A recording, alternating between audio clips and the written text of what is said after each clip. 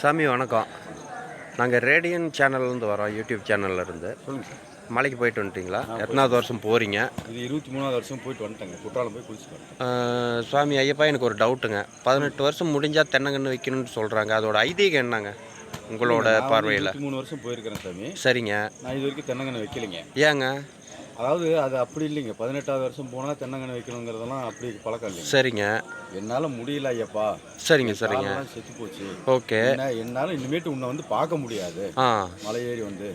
அதனால் எனக்கு பதிலாக இந்த தென்னங்கன்று இங்கே வளரட்டும் அப்படிங்கிறதுக்காக தான் இந்த தென்னங்கன்றை கொண்டு போய் அங்கே வைக்கணுங்க. எல்லாரும் சாமி என்ன பண்ணுறாங்க, 18 வருஷம் முடிஞ்சோன்னு கொண்டு போய் வச்சுட்டு திருப்பியும் போகிறாங்க. அது அப்படி கிடையாதுங்க. அதனால் நான் பண்ணலைங்க. அது பண்ணுறாங்க தெரியலைங்க. அது நம்மளுக்கு தெரியாது சாமி. நானும் யூடியூப்பில் வச்சுருக்கேன் சாமி. அப்படிங்களா?